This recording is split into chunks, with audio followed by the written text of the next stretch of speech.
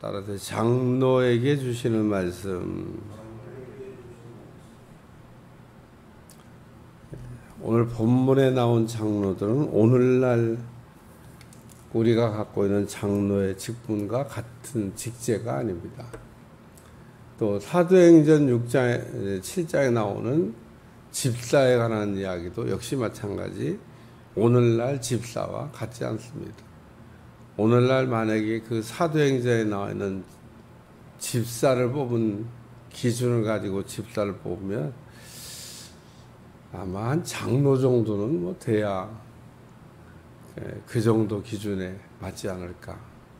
장로 가운데도 그런 기준을 가진 사람이 뭐 그렇게 많지 않은, 쉽지 않은 기준이다 그런 얘기입니다. 뭐 어느 교단도 그 집사를 세운 기준을 근거로 해서 집사를 세워라 그렇게 하는 교단이 없습니다. 그러니까 이 기준이 그 성경에 나온 집사라든지 혹은 장로라든지 이런 직임이 오늘날 직임과 동일하지 않다. 여기 나온 장로라고 하는 이 직임은 베드로와 같은 그 역할을 하고 있는 교회의 지도자들에 관하여, 어떻게 보면 사도들과 이게 뭐 동격인 그런 위치에 있는, 오늘날 얘기하면 주의 종들 정도 되는 그런 위치에 있는 지도자들이 있었을 텐데, 그런 지도자들, 그러니까 베드로도 고난의 증인이지만은 이 장로들도 베드로와 같이 고난의 증인이고, 또 베드로가 영광을 이제 고난 받았으니까 나타날 영광에 참여할 텐데, 오늘 이 장로들도 역시 마찬가지로 나타날 영광에, 그렇다고 해서 뭐 이름표가 다르다고 해서 이거는 뭐 집사는 장로고 장로는 뭐 죄죠 이렇게 또 굳이 갖다가 이름을 바꿔서 붙일 이유도 없어요. 초대교회 때 참 그 일꾼들을 세웠는데 훌륭한 일꾼들이 참 많았구나.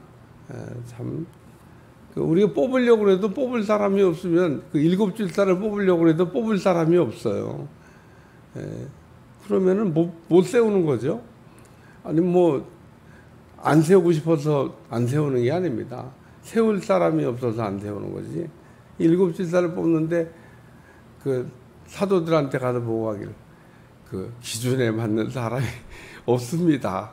그렇게 보고를 했더라 그러면은 어떡할 뻔했어요. 근데 초대교회는 참 그 일곱 집사를 뽑아냈는데 뭐 일곱 집사만 있었냐? 뭐 비슷비슷한 기준에 있는 사람, 뭐 막상막하인 사람들 많지 않았을까 그런 생각이 듭니다. 하나님이 그 기초를 이게 예수님을 통해서 잘 세우는 거죠. 여기 마찬가지로 장로들에게 권하노니, 나와 함께 장로된 자, 나와 같이 주님의 그 고난에 동참하고 주님의 일을 하는 사람들에게 그 주시는 말씀입니다. 양들을 치리할 때 어떻게 양들을 치리해야 되냐?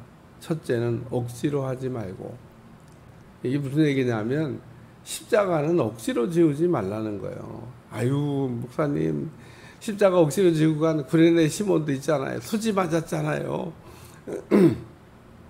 그렇죠. 그 노마병사가 예수님이 너무 이렇게 십자가를 목표 달성을 못할 것 같으니까 가다가 죽으면 어떡해요. 그러니까 십자가에 가서 죽어야 되니까 그 일을 이루려고 억지로 구레네 시몬을 붙잡아 가지고 시킨 거지, 우리가 십자가를 지는 일에 있어서 막 여기 억지로 하지 말고 하나님의 뜻을 차원함으로 하며 더러운 이득을 위하여 하지 말고 기꺼이 하며. 그러니까 오늘 그 양무리들을 치되 억지로 하지 말라는 겁니다. 특별히 고난을 받는 일에 대해서 막 억지로 그 강요하지 말아라 그런 얘기입니다. 우리가 십자가를 지는 거, 고난을 우리가 감당하는 거 억지로 한다고 되는 게 아니다. 그런 이야기를 우리에게 말씀하고 있습니다. 두 번째는 고난의 본이 되라는 겁니다. 여기 맡은 자들에게 주장하는 자세를 하지 말고, 이 맡은 자들이라고 하는 것은 양들을 맡은 이 장로들에게 주는 말씀입니다. 오늘 내가 이렇게 십자가를 지니까 너희들도 져야 되지 않냐. 이렇게 하지 말라는 겁니다. 그냥 십자가를 지고 묵묵히 가면은 양들은 따라온다. 그런 얘기입니다. 그래서 이스라엘 사람들의 전쟁법이 성경적이에요. 이스라엘 사람들은 제일 높은 사람이 맨 앞장서고 쫄병이 맨 뒤에. 그게 사실 어떻게 보면 맞기도 해요. 경험이 풍부하고 모든 걸 잘하는 사람이 앞에서 가야지.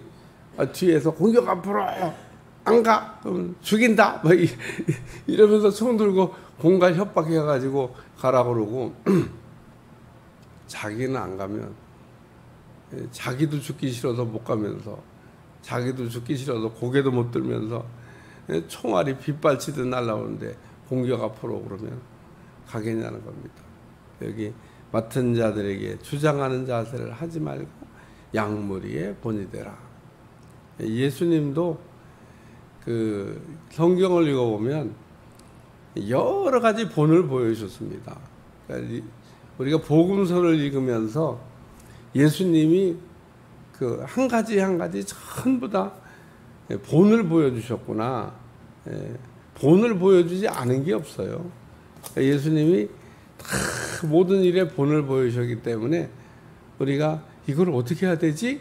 궁금하면 복음서를 읽으면서 조금 관심 있게 예수님이 이런 때는 어떻게 하셨나 이렇게 보면 예수님이 본을 다 보여주셨어요. 예를 들면 기도를 어떻게 해야 되나, 뭘 기도를 어떻게 해야 예수님이 다 본을 보여주셨는데 이렇게 기도하라고. 실제로 예수님이 기도하는 모습이 나옵니다. 마태복음 26장에 보면 예수님이 기도하실 때 땀방울이 핏방울 같았다. 어떻게 기도하면 땀방울이 핏방울 같이 되는 기도를 할 수 있을까? 저는 땀방울이 핏방울이 된다는 그 말을 이해하려면 꼭 한번 그런 기도를 해봐야 이해가 되는 거지. 그러니까 예수님처럼 막 너무 힘들고 어려울 때 정말 막 살기 위해서, 막 간절히 보면 정말 살기 위해서 그렇게 기도해야 되는데 예수님이 십자가를 놓고 기도할 때 살기 위해서 그렇게 기도한 거잖아요. 이 잔을 내게서 지나가게. 하나님이 그냥 죽으라 그러니까 또 그 다음에는 순종하기 위해서. 그러니까 예수님은 처음에는 살기 위해서 기도했는데 두 번째는 순종하기 위해서 또 기도의 본을 보여줬다는 겁니다. 오늘 우리가 기도는 뭐든지 할 수 있어요. 뭐 살려달라고도 기도할 수 있고 뭐 잘되게 해달라고도 기도할 수 있고 그 다음에는 기다려야죠. 하나님이 뭐라고 그러시나. 하나님 때때로는 내 생각하고 정반대 얘기를 하실 때도 있습니다. 내가 뭐 가고 싶다고 가고 오고 싶다고 뭐 그런 게 아니잖아요. 우리는 근데 뭔가를 기도하고 나면 그냥 끝났다고 생각을 해요. 왜? 기도했으니까, 보고 했으니까 이제 내 마음대로 막 해도 된다고. 그건 막가지 하는 거죠. 오늘 우리가 기도하는 거는 하나의 뜻을 묻는 건데 뜻을 묻고 살펴봐야죠. 표정을 이렇게. 표정을 보니까 아유 나는 뭐 안 하고 싶은데 하라고 그러시네. 그러면은 하라고 하는 거에 순종해야 된다 그런 얘기입니다. 이 고난도 역시 마찬가지로 우리 주님이 야 니들이 십자가 니들이 져야 돼. 그러고 십자가를 질 것을 강요한 게 아니라 십자가를 지고 가셨지 않냐는 거예요. 고난이 그러니까 여기 장로들에게 십자가 지라고 십자가 져야 된다고 그러지 말고 네가 십자가를 지고 가라. 그 얘기를 지금 말씀하고 있습니다. 그러면 이게 결론이에요. 그리하면 목자장이 나타나실 때 너희도 목자지만 너희 목자되는 너희 위에 진짜 목자의 장이 있다. 오늘 이 장로들도 베드로도 다 목자죠. 오늘날 얘기하면 주의 종이다 그런 얘기입니다. 그런데 너희 위에 또 목자장이 있다고 하는 걸 잊어버리면 안 된다. 그 목자장이 예수님이시죠. 그러니까 이 땅에 세워진 모든 지도자는 자기보다 더 위에 머리가 있다는 사실을 잊어버리면 안 돼요. 대통령이 되면은요, 아주 그냥 모든 걸 다 할 수 있다고 하는 착각 가운데 대통령을 하는 분들이 있어요. 막 가자고 하는. 하나님을 두려워야 되는데, 내 위에도 내 머리가 있다.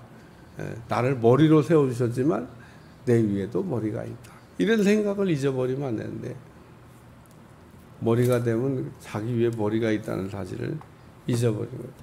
목자가 되면 목자 위에 또 목자장이 있다는 것을 잊어버리면 안 된다. 그리하면 목자장이 나타나실 때 시들지 않은 영광의 간을 얻으리라. 우리가 다른 박질을 하는 사람들인데 상 받도록 다른 박질을 하셔야 됩니다.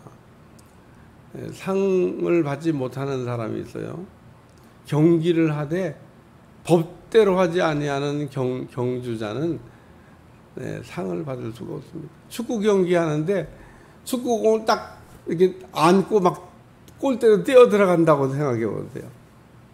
그러면은 그런 일은 없겠죠. 축구하는 사람이 공이 날라오는데 얼른 골키퍼처럼 공을 잡고 막 골키퍼를.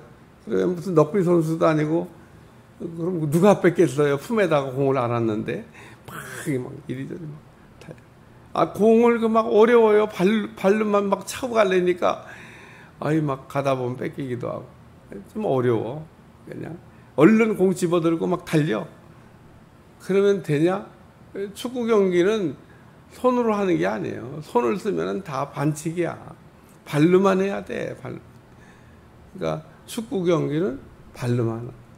또 손으로만 하는 경우도 있습니다. 농구를 하는데 발로다가 그냥 팍 차가지고 거기다 넣었다. 그것도 반칙이야. 그렇게 하면 안 된다는 겁니다. 그러니까 다른 박질을 할 때 향방 없는 다른 박질을 하면 안 되고 우리가 법대로 잘 우리가 해야 되듯이 그리하면 목자장이 나타나요. 그러니까 왜 지금 두 가지 얘기를 했냐면 장로들에게 첫째는 억지로 시키지 말고 십자가는 자원해서 지는 거지. 뭐 억지로 막 하라고 그러냐.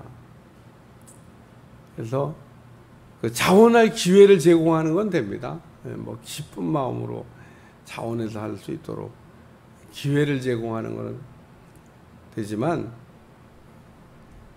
십자가를 지어야 된다고 막 강요하지 말라고 얘기합니다. 왜냐하면 어떤 사람은 십자가 앞에서 떠는 사람이 있어요. 죽어야 되는데 그게 뭐 쉬운 일이 아니잖아요. 그러니까 십자가 앞에서 떨고 나는 그냥 안 믿겠다고 그러고 그냥 살아나가겠다고 그런 사람을 어거지로 막 지게 할 필요 없어요. 왜? 상 못 받습니다. 오늘 우리가 하나님의 일은 억지로 하는 게 아니고 자원해서 하는 거. 또 그런 일을 잘 하도록 억지로는 시키지 않지만은 그런 일을 잘 하도록 너희 장로들이 고난에 예수님도 십자가를 지고 가셨는데 너희도 십자가를 잘 지고 가서 십자가의 좋은 모델이 돼서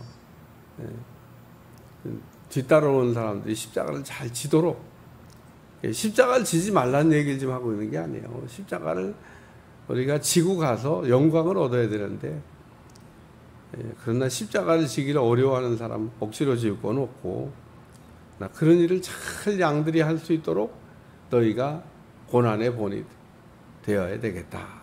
그 얘기를 지금 말씀하고 있는 겁니다.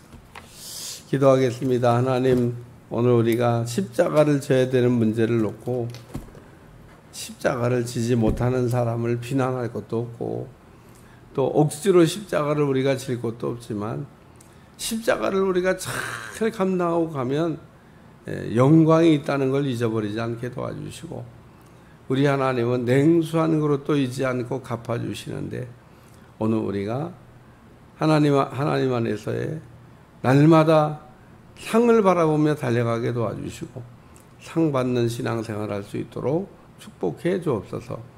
예수님의 이름으로 간절히 기도합니다. 아멘.